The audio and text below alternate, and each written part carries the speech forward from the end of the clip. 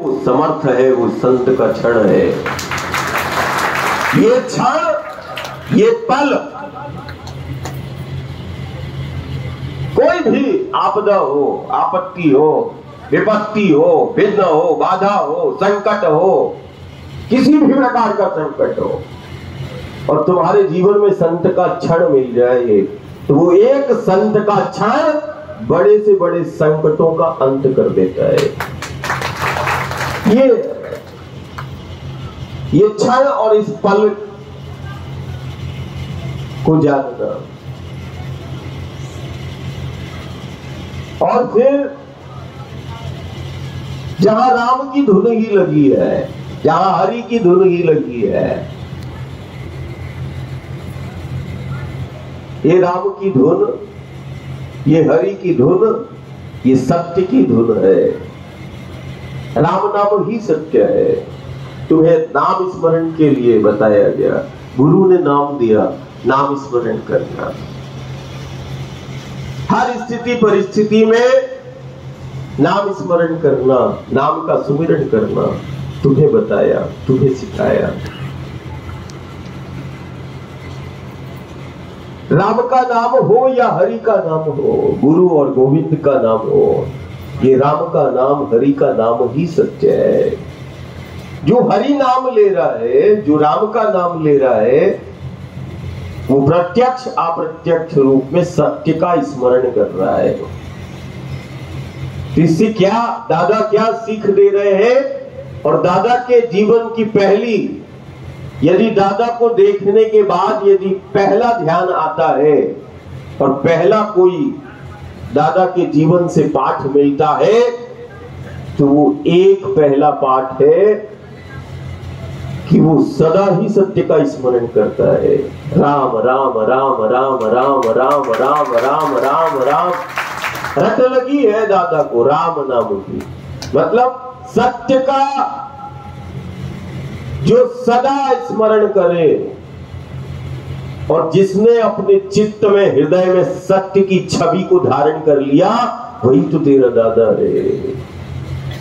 जहां एक तरफ हृदय में सत्य की छवि को रखा, वही दूसरी तरफ रोम रोम में सत्य को भर लिया, उस राम नाम को भर लिया। जो सत्य की धुन में बैठा है और जो सत्य की धुन में चला है, वही तो तेरा दादा कहलाया है, जो सत्य की धुन में सदा रहता है। लगी है रट, राम राम राम राम सीताराम सीताराम सीताराम सीताराम, राम नाम की रट लगी है। जो सत्य की धुन में बैठ जाए और जो सत्य की धुन में चले, किसी भी प्रकार के काल का और ग्रह का उसको प्रभाव नहीं पड़ सकता। जो सत्य की धुन में बैठता है और जो सत्य की धुन में चलता है। देखो हमें सत्य की धुन लगी है, काल का प्रभाव नहीं, और इस हाड़ मांस के चिथड़े का भी क्षय नहीं होता। जो सत्य की धुन में और सत्य के ध्यान में चलता है, ये देख प्रमाण बैठा है, प्रमाण बैठा है।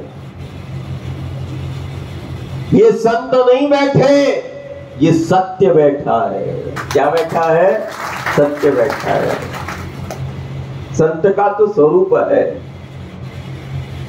गुरु और गोविंद स्वरूप है, राम का स्वरूप है, कृष्ण का स्वरूप है, लेकिन साक्षात वो सत्य का स्वरूप है, सत्य का है।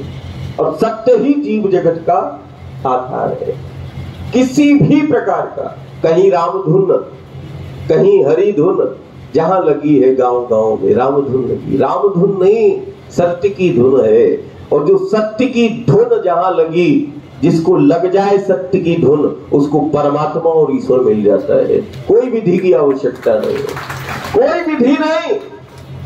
तुम तो हरि की धुन लग जाए, राम की धुन लग जाए, मतलब सत्य की धुन जिसको लगी है, उसे परमात्मा ईश्वर भी मिला, जीवन भी मिला।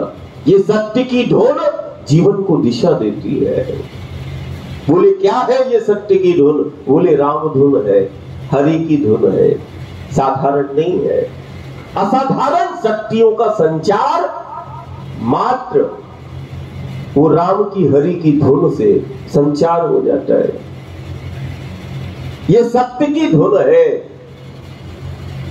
जिसे हम श्रवण कर रहे हैं कि राम की धुन, हरि की धुन लगी भैया, चलो राम धुन में चलो। कैसे बोलते हैं अपन? राम धुन में चलो, हरि की धुन में चलो, अपनी धुन में मत चलो। चलना ही है तो तू राम की धुन में चल, हरि की धुन में चल, जीवन बन जाएगा, जीवन चल जाएगा। और जैसे जीवन को बनाना है वैसे तू इस धुन से बना लेना। घर को बना ले, जीवन को बना ले, अपने घर और गांव को बनाना हो या बचाना हो, धुन में। अपनी धुन में तो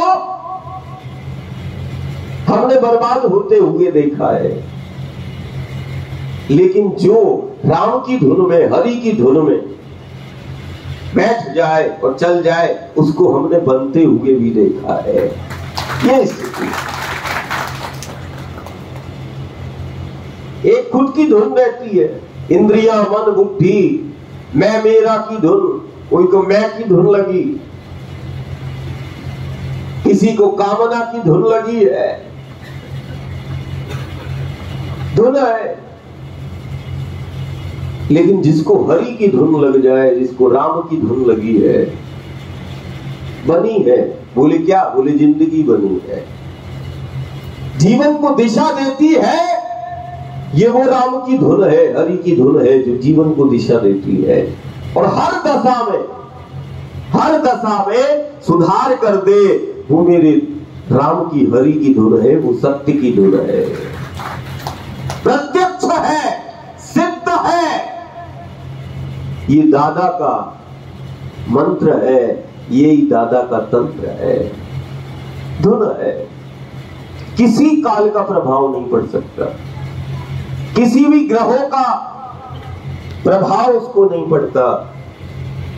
जिसके जीवन में कुछ क्षण, कुछ पल ही सही, तुम राम धुन में जो बैठा है, हरि की धुन में जो बैठा है, वो हर स्थिति परिस्थिति में वो कार्य कर सकता है।